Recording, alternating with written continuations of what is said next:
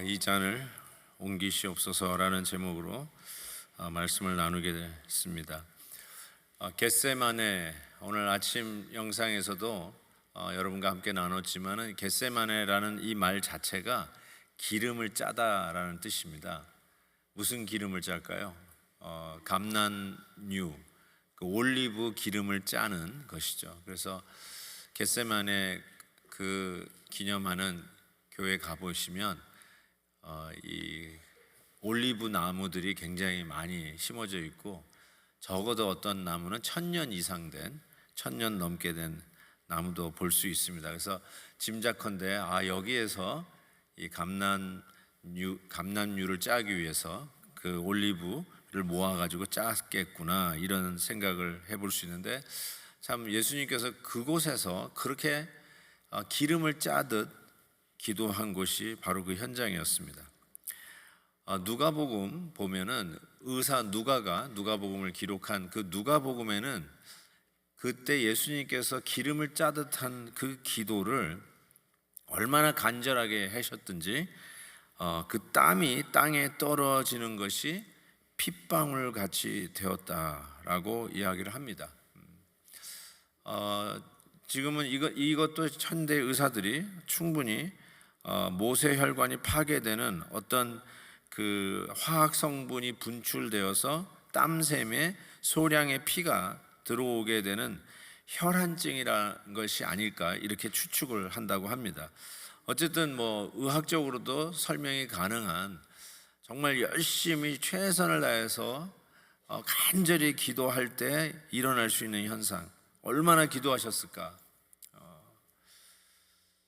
이 엄청나게 무거운 돌들을 나무에 달아가지고, 그 다음에 그 올리브, 바로 그 열매들을 놓고 거기를 찍어 누릅니다. 꽉 누르죠. 그러면 거기서부터 이렇게 쭉 기름이 빠져나오는 거죠. 그걸 보면서 이렇게 예수님께서 기도하셨겠구나. 그 찍어 누르는 무게를 이기시면서 간절히 기도하는 것이 땀방울이 핏방울 되게끔 기도하셨다는 소리구나 라는 것을 알게 됩니다. 이때 예수님께서 하셨던 말씀이 실은 참 마음에 아프게 와닿습니다. 예수님께서 이렇게 얘기하셨어요. 내 마음이 심히 고민하여 죽게 되었다. 내가 너무너무 힘들어서, 마음이 힘들어서 죽게 되었다, 이런 표현을 하시면서 세 제자와 함께 기도하기를 원하셨어요. 깨어서 같이 좀 기도해 달라고 그렇게 부탁을 하셨던 순간이 바로 이 십자가 지기 직전에 우리 주님의 모습이었음을 알 수 있습니다. 우리가 어떤 정신을 못 차릴 때 멘붕이 온다고 그러는데, 마음에 심히 고민이 되어서 죽게 되었다, 이거는 마음의 붕괴, 마붕이라고 이야기를 해도 틀리지 않을 것 같습니다. 왜 예수님께서는 이와 같이 심각하게 마붕이 오는 그런 안타까운 이런 고백을 하셨을까요? 제가 세 가지로 한번 정리를 해보려고 합니다. 첫 번째는 예수님의 그 제자들의 배신이다, 이렇게 말씀드리고 싶어요. 27절에 보면은 예수님께서 이미 말씀하셔서 너희들이 다 나를 버리리라, 이렇게 말씀하셨어요. 3년 동안 동고동락했던 제자들이 너희들이 나를 다 버릴 것이다. 예수님 혼자 남은 거죠. 다 버리고 혼자 남으셨어요. 29절에 그 말을 들은 베드로가 이렇게 얘기합니다. 다 버릴지라도 나는 그리하지 않겠나이다. 베드로는 안 그러겠다고 그랬거든요. 근데 50절 보니까 제자들이 다 예수를 버리고 도망갔습니다. 예수님께서 그 유월절을 지키는 그런 상황에서 이 감람산으로 자리를 옮겨서 기도하실 때 세 제자를 데리고 가셨습니다. 소위 그 제자들의 이너 서클이라고 하는 세 제자를 데리고 가셨는데, 예수님께서는 어쩌면 늘 이곳에서 기도하신 것이 아니었나, 상당히 익숙한 장소가 아니었을까 생각이 듭니다. 그래서 가룟 유다도 예수님이 여기에 있을 거라고 짐작하고 그 무리들을 데려와서 예수님을 잡아가는 그 전략을 짤 수 있었던 거죠. 그래서 42절에 보면 보라 나를 파는 자가 가까이 왔다라고 하는 이야기도 하는 것을 보게 됩니다. 사랑하는 성도 여러분, 예수님께서 로마 군인에게 배반당하는 것, 유대인들에게 배반당하는 것, 이방인들에게 배반당하는 것, 이것보다도 가장 가까이에 있었던 제자들로부터의 배반이 얼마나 예수님은 마음이 아프셨을까, 전 그런 생각을 해보게 됩니다. 여러분 혹시 그런 배반 당해보신 적 있는지요? 가장 믿었던 가장 가까운 사람으로부터의 배반. 근데 이렇게 말씀드릴 수 있을 것 같아요. 예수님이 그 마음을 아십니다. 그 아픔 속에서 이 올리브 기름을 짜듯 땀방울이 핏방울 되듯 기도했던 바로 그 현장에서 겟세마네에서 우리 주님이 그렇게 외롭게 기도하셨다는 것이죠. 두 번째, 예수님께서 이렇게 마붕이 왔다라고 할 수 있는 이유는 하나님 아버지로부터도 버리심을 당했다, 배신을 당했다.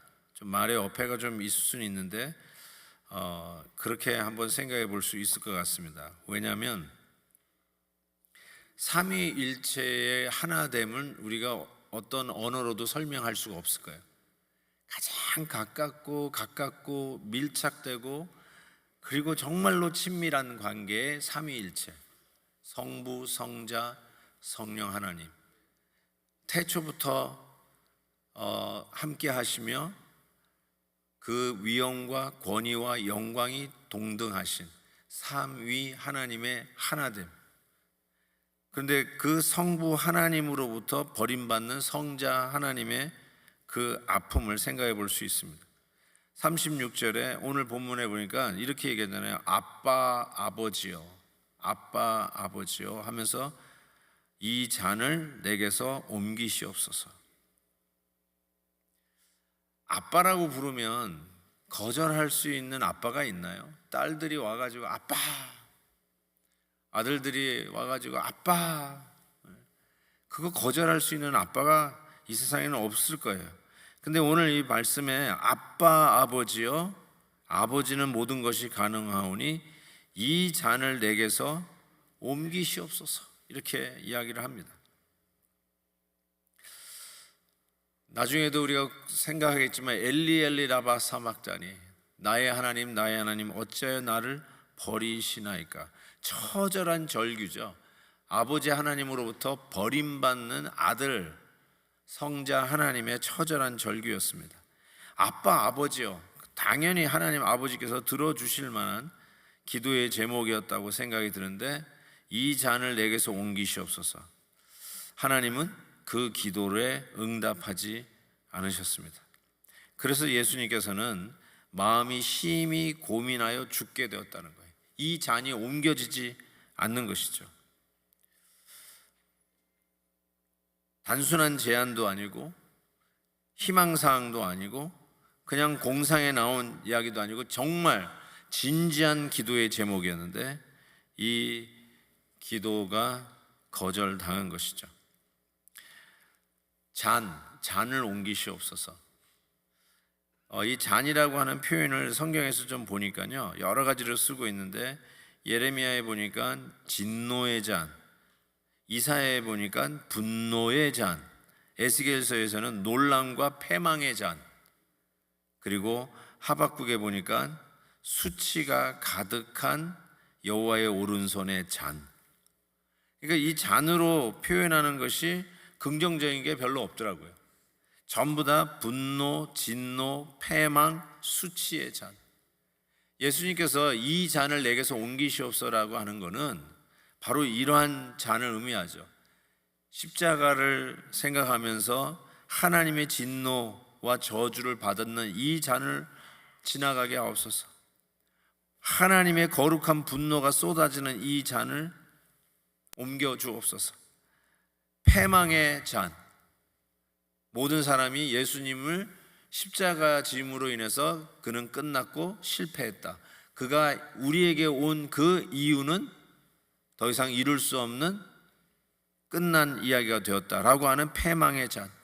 그리고 그 십자가에서 올롤이 다 벗겨지시면서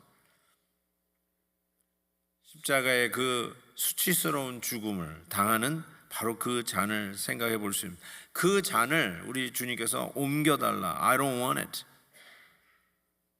지나가게 해 주옵소서라고 그런 진지하게 아빠 아버지라 부르면서 기도했는데 거절당한 것이죠. 마음의 붕괴 현상이 틀림없이 있으리라고 생각합니다. 예수님께서 이 기도를 3번씩이나 했다는 것을 우리는 생각해 볼 수 있어요. 그러니까 한 번 기도하고 거절당한 게 아니라 3번씩이나 기도했는데도 거절당하셨어요. 첫 번째 기도할 때 34절, 우리 제자들이 같이 응원해 주기를 원했는데 보니까 여기 머물러 깨어 있으라 라고 했잖아요. 근데 자고 있었죠. 두 번째 기도 부탁도 했죠. 38절을 보니까 시험에 들지 않게 깨어 있어 기도하라. 세 번째도 부탁했어요. 그들의 눈이 심히 피곤함이라 그들이 예수께 무엇으로 대답할 줄을 알지 못하더라. 예수님께서 한 번도 아니고 3번씩이나 기도 부탁을 했는데 그 기도 부탁도 거절당했다라고 할 수 있어요. 마음이 힘들어서 죽게 되는데 돌아와 보니까 제자들이 쿨쿨 자고 있는 것이죠. 우리가 작은 것 하나에도 부탁 하나 한 것도 잊어버리면 섭섭하잖아요. 내가 그렇게 신신당부했는데 까먹었다. 그러면 얼마나 정말 화가 납니까? 저는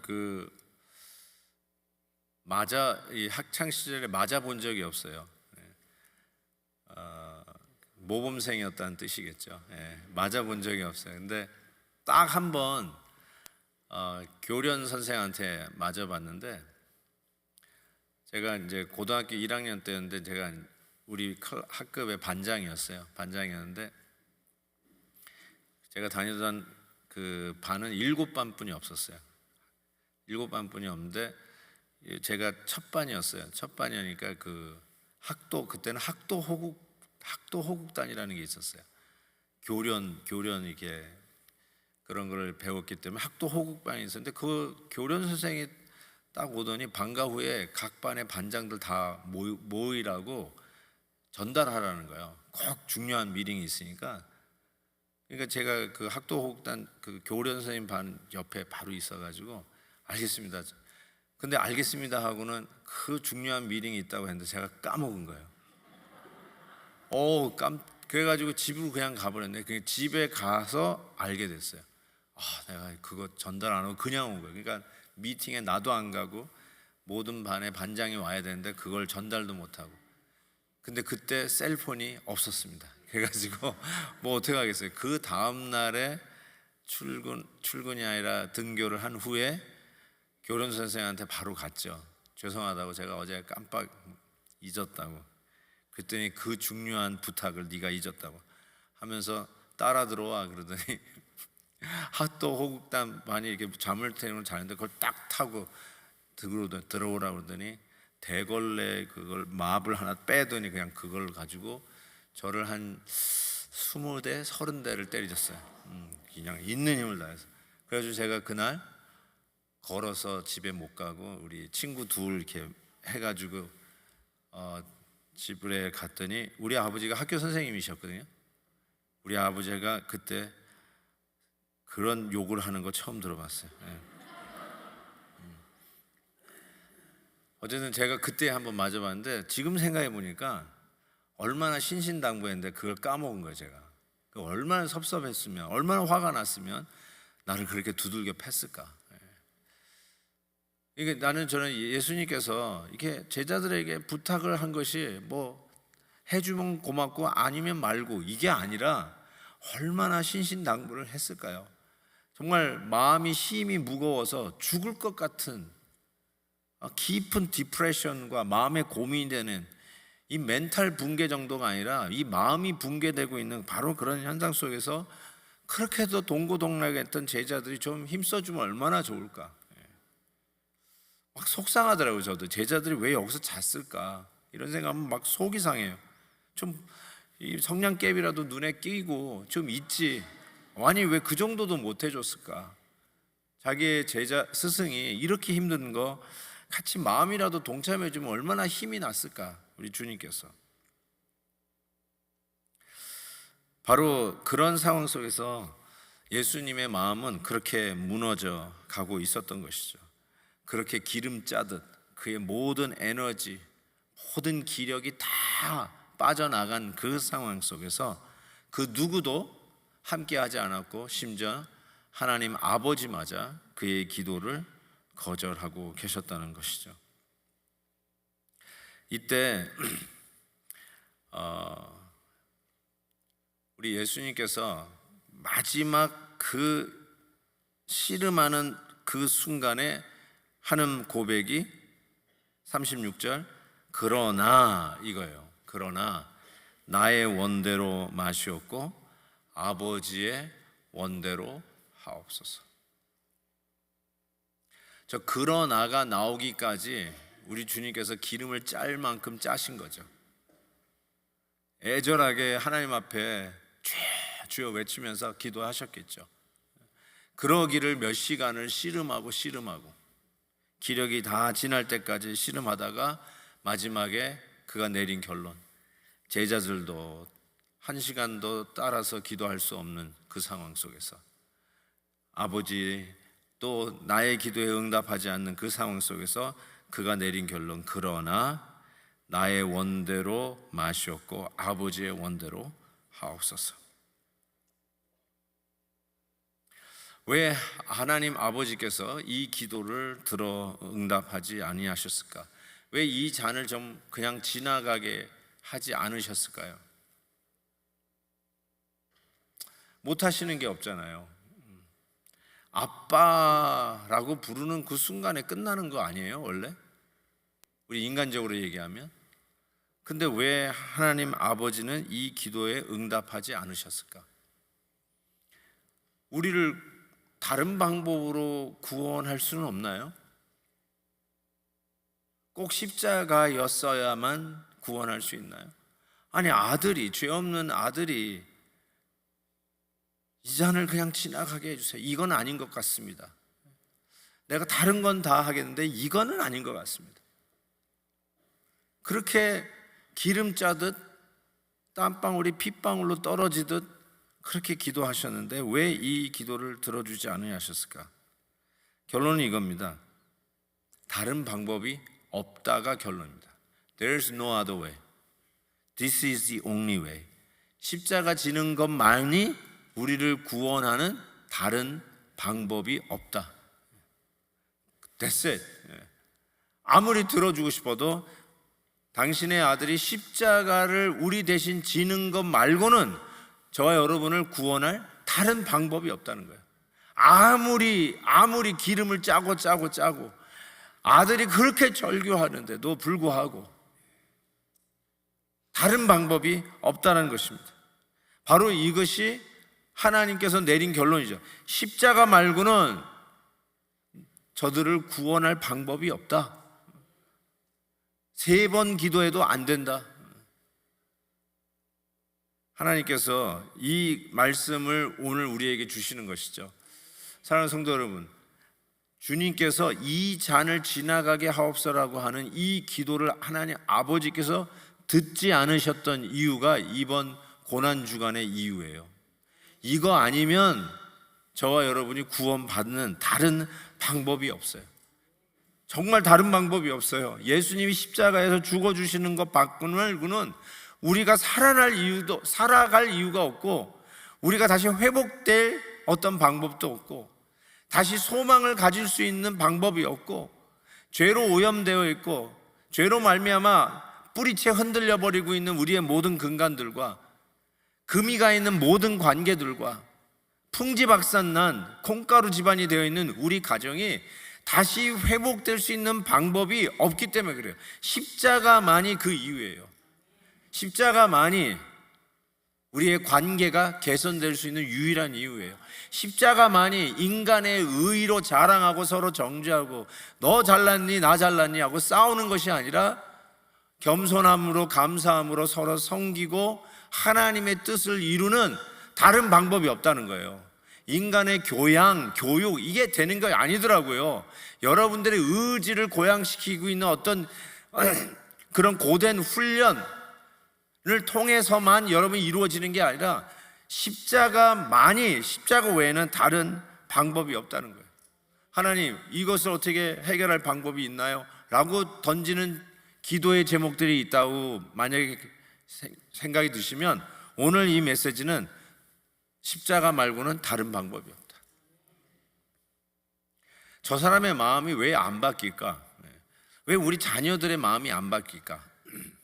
왜 내 배우자는 마음이 안 바뀔까? 왜 좀 마음이 좀 돌아서지를 않을까? 그거 가지고 고민하시나요? 어떻게 밥이라도 한 끼 더 사줄까? 근데요, 십자가 말고는 다른 방법이 없다는 거 오늘 우리에게 답을 주시는 거죠. 십자가 말고는 다른 방법이 없습니다. 다른 방법 열심히 해보십시오. 결국은 다시 십자가 앞에 와서 십자가를 붙드는 것 외에는 다른 방법이 없다는 것을 깨달으실 것입니다.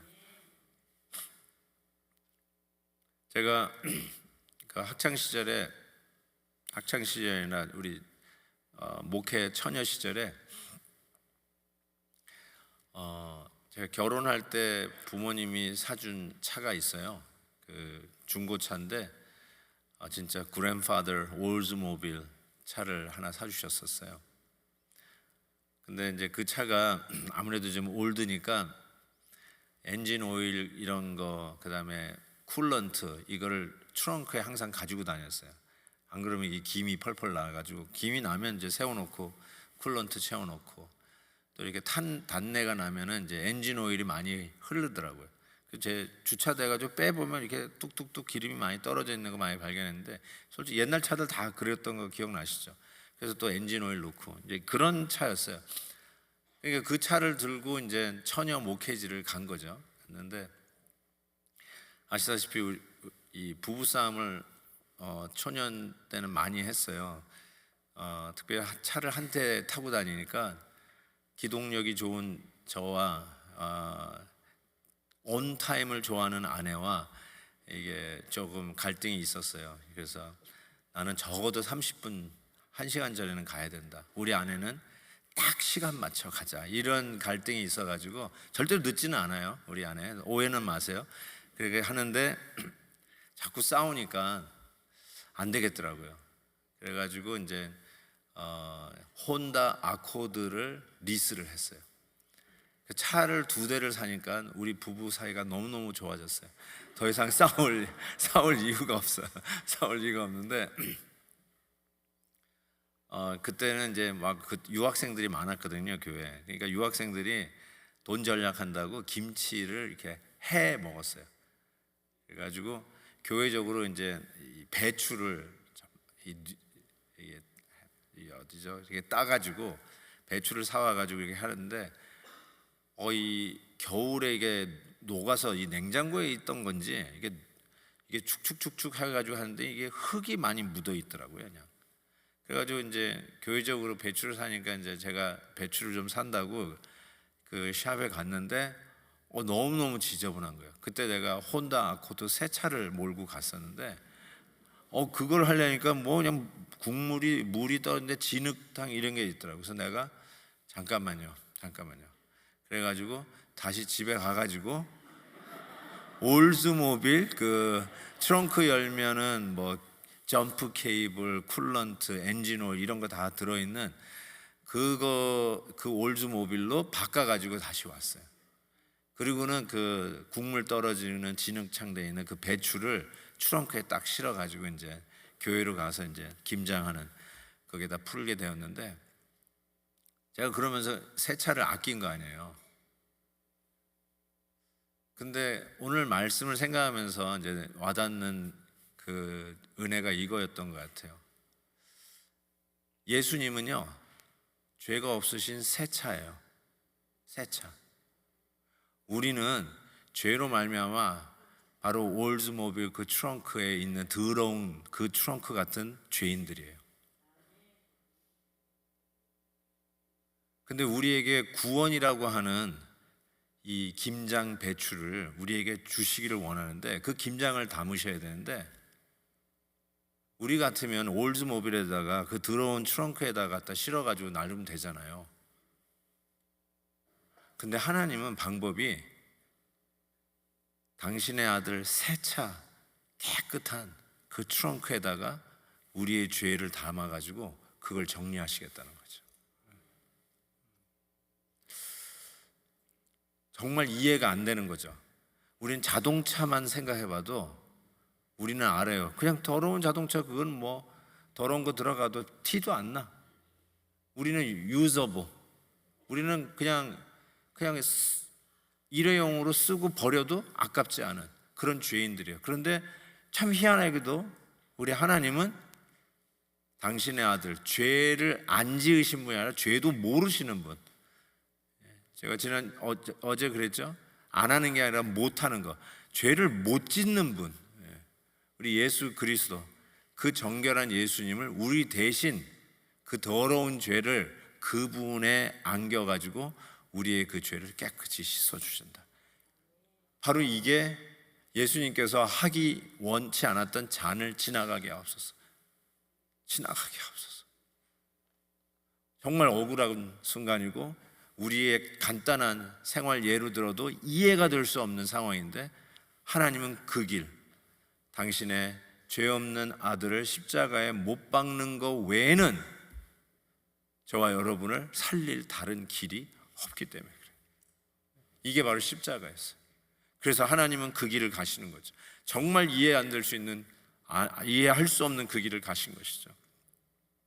그래서 이번 고난주간은 더 깊은 십자가에 대한 감사와 은혜가 넘칠 수 있기를 바랍니다.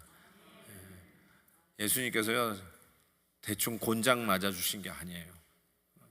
정말 우리의 죄를 씻기 위해서 죄 없으신 분이 물과 피를 다 기름 짜듯 쏟으신 바로 그 사건이 십자가 사건이라는 것을 우리가 기억합니다. 사랑하는 성도 여러분, 우리 제자들은 예수님과 같이 한시도 기도할 수 없이 잠을 자고 있었지만, 우리가 이번 한 주간은 우리 주님의 고난의 길을 같이 따라가면서 1시간은 못해도 1분이라도 깨어 기도하겠습니다. 우리 베들교회 성도님들은 한 3분이라도 깨어서 기도하겠습니다. 이런 마음만 좀 가지시고, 우리 주님께서 알 수 없는, 도저히 이해가 안 되는, 그렇지만 그 길이 아니면 우리를 구원할 다른 방법이 없는 십자가의 길, 십자가의 죽음으로 우리를 살리신 그 놀라운 은혜를 감사하며 이 한 주간을 지날 수 있기를 바랍니다. 우리 같이 찬송한 후에 우리 기도하는 시간 잠시 갖겠습니다. 웬 말인가 날 위하여 주 돌아가셨나, 이 벌레 같은 날 위해 큰 해 받으셨나. 우리 같이 한번 찬양하면서 하나님 앞에 나아가시겠습니다. 웬 말